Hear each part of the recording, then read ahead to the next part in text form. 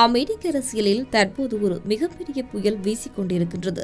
வரவிருக்கும் நவம்பர் மாதம் இடைக்கால தேர்தல்கள் உலக நாடுகளின் கவனத்தை ஈர்த்துள்ள நிலையில் டொனால்ட் ட்ரம்பின் சமீபத்திய கருத்துக்கள் காட்டுத்தீயாக பரவி வருகின்றது. அமெரிக்கர்களின் பொருளாதார சுமைகளை விட ஈரானின் அணு ஆயுத விவகாரமே தமக்கு முக்கியம் என்று அவர் கூறியிருப்பது அந்த நாட்டு அரசியலில் பெரும் விவாதங்களை கிளப்பியுள்ளது. அமெரிக்கா தற்போது ஒரு இக்கட்டான பொருளாதார சூழலில் சிக்கியும் இருக்கின்றது. குறிப்பாக ஏப்ரல் மாதம் நுகர்வோர் பணவீக்கம் கடந்த 3 ஆண்டுகளில் இல்லாத அளவுக்கு உச்சத்தை தொட்டுள்ளது. சாதாரண அமெரிக்க குடிமகனின் அன்றாட வாழ்க்கை செலவு தாறுமாறாக உயர்ந்துள்ள நிலையில் அமெரிக்கர்களின் பொருளாதார நிலைமை குறித்து தான் சிந்திக்கவில்லை என்று ட்ரம்ப் கூறியிருப்பது பலரையும் அதிர்ச்சியில் ஆழ்த்தியுள்ளது. ஈரானுடனான மோதல் போக்கு மற்றும் யுத்த சூழல் காரணமாக உலக அளவில் எரிசக்தி மற்றும் எரிபொருள் விலைகள் விண்ணை தொட்டும் இருக்கின்றது. இது நேரடியாக அமெரிக்க மக்களின் சமையலறை வரை பாதிப்பை ஏற்படுத்தியும் இருக்கின்றது.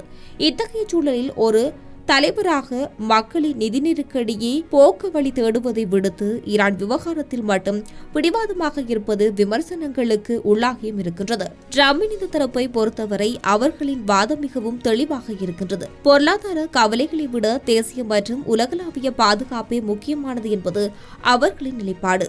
ஈரானின் அணு ஆயுதம் கிடைப்பது உலக அமைதிக்கே ஆபத்தானது என்றும் அதை தடுப்பது மட்டுமே தங்களின் முதன்மை நோக்கம் என்று அவர் வாதிடுகின்றார். ஆனால் குடியரசு கட்சிகளிடையே இதற்கு எதிர்ப்பு கிளம்பியும் இருக்கின்றது. தேர்தல்களில் மக்களின் வாக்குறுதி என்பது அவர்களின் வாழ்வாதாரத்தை பொறுத்தே அமையும். விலைவாசி உயர்வு மற்றும் பணவீக்கம் போன்ற காரணங்களால் வரும் இடைக்கால தேர்தலில் குடியரசுக் கட்சிக்கு பெரும் பின்னடைவு ஏற்படலாம் என்று அந்த கட்சியின் மூத்த உறுப்பினர்களே கவலை தெரிவித்துள்ளனர். இங்கே நாம் கவனிக்க வேண்டிய மற்றொரு முக்கியமான விடயம் என்னவென்றால், ஈரானின் அணு ஆயுத தயாரிப்பு குறித்து அமெரிக்கா உளவுத்துறையின் மதிப்பீடுகள் கடந்த கோடை காலத்திலிருந்து ஈரானின் அணு ஆயுத தயாரிப்புக்காக கால அவகாசத்தில் எந்த மாற்றமும் ஏற்படவில்லை என்று உளவுத்துறை கூறுகின்றது. அதாவது ஈரானின் மிக வேகமாக அணு ஆயுதத்தை நெருங்கிக் கொண்டிருக்கின்றது என்பதற்கு வலுவான ஆதாரங்கள் எதுவும் இல்லை. ஈரான் தரப்பிலோ எங்கள் அணுசக்தி திட்டம் முற்றிலும் அமைதி வழி பயன்பாட்டுக்கானது, மருத்துவ மற்றும் மின்சார தேவைகளுக்கானது என்று தொடர்ந்தும் கூறி வருகின்றது. இருப்பினும் மேற்கத்திய நாடுகள் இதனை சந்தேக கண்ணோடு பார்த்து கொண்டிருக்கின்றன. அமெரிக்க தேர்தல்களை பொறுத்தவரை பணப்பை சார்ந்த பிரச்சினைகளே எப்போதும் வெற்றியை தீர்மானிக்கும். எரிபொருள் விலை உயர்வுக்கும் பணவீக்கத்துக்கும் ட்ரம்பின் கொள்கைகளே காரணம் என்ற பிம்பம் மக்கள் மத்தியில் உருவானால் அது ஜனநாயக கட்சிக்கு சாதகமாக முடியும். ஈரான் யுத்தத்தை முடிவுக்கு கொண்டு வருவதற்கான பேச்சுவார்த்தைகளில் அமெரிக்காவின் நிதி நெருக்கடி எந்த தாக்குதலையும் ஏற்படுத்தவில்லை என்ற ட்ரம்பின் கூற்று அவர் மக்களின் உணர்வுகளிலிருந்து விலகி நிற்கின்றாரோ என்ற கேள்வியை எழுப்பியும் இருக்கின்றது. இறுதியாக பார்த்தால் ட்ரம்ப் தனது பிடிவாதமான வெளியுறவு கொள்கையில் உறுதியாக இருக்கின்றார். ஆனால் பசித்த வயிறுக்கு தேச பாதுகாப்பை விட ரொட்டியின் விலையே முக்கியமாக தெரியும்.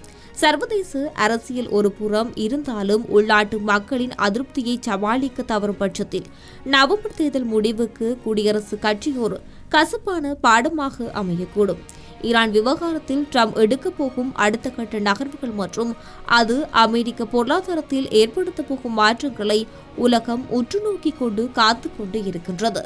அமெரிக்காவின் தற்போதைய அரசியல் மற்றும் பொருளாதார சூழல் ஒரு மிக முக்கியமான கட்டத்தை எட்டியும் இருக்கின்றது. குறிப்பாக ஈரானுடனான போர் நீடித்து வரும் உலகளாவிய ரீதியில் மட்டுமல்லாது அமெரிக்காவின் உள்நாட்டு வாழ்வாதாரத்திலும் மிகப்பெரிய விரிசலை ஏற்படுத்தியும் இருக்கின்றது. போர் விரைவில் முடிவுக்கு வரும் என்ற எதிர்பார்ப்பு பொய்த்து போன நிலையில் ஜனாதிபதி ட்ரம்ப் தலைமையிலான வெள்ளை மாளிகை தற்காப்பு நடவடிக்கைகளில் இறங்கியும் இருக்கின்றது. வரலாற்று ரீதியாக அமெரிக்க அரசியல் ஒரு எழுதப்படாத விதியுண்டு. ஒரு கேலன் பெட்ரோலின் விலை $4 தாண்டும் போது அது ஆளுங்கட்சிக்கு எதிரான மக்களின் கோபத்தை நேரடியாக தூண்டும். தற்போது அமெரிக்கா முழுவதும் ஒரு கேலன் பெட்ரோலின் சராசரி விலை $4.50 உயர்ந்தும் இருக்கின்றது. இன்னும் மோசமாக 7 மாகாணங்களில் இது $5 கடந்துவிட்டது. இந்த விலையேற்றம் என்பது வெறும் எண்கள் மட்டுமல்ல, இது அமெரிக்க நுகர்வோரின் அன்றாட பையை துளைக்கும் ஒரு சுமையாக கருதப்படுகின்றது. இதன் விளைவாகவே ஏப்ரல் மாத நுகர்வோர் பணவீக்கம் 3.8% எகிரியும் இருக்கின்றது. இது கடந்த 3 ஆண்டுகளில் இல்லாத ஒரு உச்சமாகும். சுமார் 60% அதிகமான அமெரிக்கர்கள் இந்த விலையேற்றத்தால் தங்கள் குடும்ப நிதிநிலை மோசமாக பாதிக்கப்பட்டுள்ளதாக கூறி வருவது வெள்ளை மாளிகைக்கு விடுக்கப்பட்ட அபாய எச்சரிக்கையாகவே பார்க்கப்பட்டு வருகின்றது. தற்போது ஏற்பட்டுள்ள இந்த மக்கள் கொந்தளிப்பை சமாளிக்க ஜனாதிபதி டொனால்ட் ட்ரம்ப் ஒரு அதிரடி முடிவை எடுத்தும் இருக்கின்றார். மத்திய பெட்ரோல் வரியை தற்காலிகமாக நிறுத்தி வைக்கும் திட்டத்துக்கு அவர் தனது ஆதரவை வழங்கியும் இருக்கின்றார். இதன் மூலம் ஒரு கேலனுக்கு 18 சென்ட் வரை விலை குறைய வாய்ப்பும் இருக்கின்றது. ஆரம்பத்தில் இந்த வரி ரத்து திட்டத்தை வெள்ளை மாளிகை அதிகாரிகள் தேவையற்ற ஒன்றாக கருதினர். ஆனால் போர் தொடங்கியதிலிருந்து எரிபொருள் விலை 50% வரை உயர்ந்துள்ளதைக் கண்டு நுகர்வோருக்கு உடனடி நிவாரணம் வழங்காவிட்டால் நிலைமை கைமீறி போய்விடும் என்பதை அவர்கள் உணர்ந்தும் இருக்கின்றனர். இந்த 18 செனட் குறைப்பு என்பது ஒரு சிறிய ஆறுதலாக இருந்தாலும் அது மக்களின் கோபத்தை தணிக்க போதுமானதா என்பது இன்னும் கேள்விக்குறியாகவே இருக்கின்றது. பொருளாதார பாதிப்புகள் இப்போது அரசியலில் நேரடியாக உருவெடுத்தும் இருக்கின்றது. சமீபத்திய கருத்து கணிப்புகளின்படி பொருளாதார செயற்பாடுகளுக்காக ட்ரம்புக்கு வழங்கப்பட்ட அங்கீகாரம் வரும் 30% சரிந்துள்ளது. இது குடியரசு கட்சியினரிடையே பெரும் பீதியை ஏற்படுத்தியும் இருக்கின்றது. முன்னாள் ஜனாதிபதி ஜோ பைடனுக்கு பெட்ரோல் விலையேற்றம் எப்படி ஒரு பலவீனமாக அமைந்ததோ இது இப்போது நம்மைக்கு மிகப்பெரிய சவாலாக மாறியும் இருக்கின்றது என்று வெள்ளை மாளிகையின் அரசியல் ஆலோசகர் ஒருவர் வெளிப்படையாக ஒப்புக்கொண்டும் இருக்கின்றார். வரும் நவம்பர் மாதம் நடைபெறவுள்ள இடைத்தேர்தலில் நாடாளுமன்றத்தின் இரு அவைகளிலும் குடியரசுக் கட்சி தனது கட்டுப்பாட்டை இழக்க நேரிடும் என்ற அச்சம் கட்சியின் உயர்மட்ட தலைவர்களிடையே நிலவிக் கொண்டு இருக்கின்றது. இருப்பினும் இந்த இக்கட்டான சூழலை சமாளிக்க தகுந்த திட்டங்கள் தங்களிடம் இருப்பதாக வெள்ளை மாளிகை செய்தி தொடர்பாளர் இதுகுறித்து கூறும்போது உலகளாவிய எரிசக்தி சந்தையில் ஏற்பட்டுள்ள இடையூறுகள் தற்காலிகமானவை என்றும் அமெரிக்காவின் சொந்த எண்ணெய் மற்றும் எரிவாயு உற்பத்தியை அதிகரிப்பதன் மூலம் நீண்ட கால அடிப்படை எரிசக்தி பாதுகாப்பை உறுதி செய்ய முடியும் என்று தெரிவித்துள்ளார். அமெரிக்கா தனது சொந்த வளங்களை முழுமையாக பயன்படுத்துவதன் மூலம் சர்வதேச சந்தையில் ஈரானிய போரினால் ஏற்படும் பாதிப்புகளை குறைக்க முடியும் என்பது ட்ரம்ப் நிர்வாகத்தின் நம்பிக்கையாக இருக்கின்றது. ஈரானுடனான போர் நீடிப்பது அமெரிக்காவை ஒரு நெருப்பு வளையத்துக்குள் தள்ளியுள்ளது. ஒருபுறம் தேசிய பாதுகாப்பு மற்றும் போர் மூலோபாயங்கள், மறுபுறம் சொந்த நாட்டு மக்களின் வாழ்வாதாரம் மற்றும் தேர்தல் வெற்றி, இந்த இரண்டுக்கும் இடையே ட்ரம்ப் நிர்வாகம் ஒரு மெல்லிய கயிற்றில் நடந்து கொண்டு இருக்கின்றது. வரி ரத்து போன்ற தற்காலிக நடவடிக்கைகள் மக்களின் வாக்குகளை தக்க வைக்குமா அல்லது நீடிக்கும் பணவீக்கம் குடியரசுக் கட்சியின் அரசியல் எதிர்காலத்தை தீர்மானிக்குமா என்பதை பொறுத்திருந்துதான் பார்க்க வேண்டும். தற்போது நிலவி வரும் உலகளாவிய போர்ச்சூழலில் அமெரிக்கா ஒரு மிகப்பெரிய வரலாற்று சந்திப்பில் நின்று கொண்டிருக்கிறது. ஈரானுடனான போர் நீடித்து வருவதால் ஏற்பட்டுள்ள பொருளாதார மற்றும் அரசியல் ரீதியான பாதிப்புகளை கட்டுப்படுத்த ஜனாதிபதி டொனால்ட் ட்ரம்ப் தலைமையிலான வெள்ளை மாளிகை அதிகாரிகள் தற்போது தீவிரமான முயற்சிகளில் ஈடுபட்டு வருகின்றனர். போர் விரைவில் முடிவுக்கு வரும் என்ற நம்பிக்கை குறைந்து வருவதால் அமெரிக்காவின் அதிகரித்து வரும் எரிபொருள் விலையை குறைப்பதற்கு புதிய வழிகளை அவர்கள் ஆராய்ந்து வருகின்றனர். இந்த வாரம் ஜனாதிபதி ட்ரம்ப் மத்திய பெட்ரோல் வரியை தற்காலிகமாக நிறுத்தி வைக்கும் திட்டத்துக்கு தனது ஆதரவை வழங்கியும் இருக்கின்றார். இந்த உள்நாட்டு பதற்றங்களுக்கு மத்தியில் ஒரு முக்கிய திருப்பமாக அமெரிக்க அதிபர் டொனால்ட் ட்ரம்ப் மற்றும் சீன அதிபர் ஷி ஜின்பிங் இடையிலான வரலாற்று முக்கியத்துவம் வாய்ந்த சந்திப்பு பெய்ஜிங்கில் நடைபெற்றது.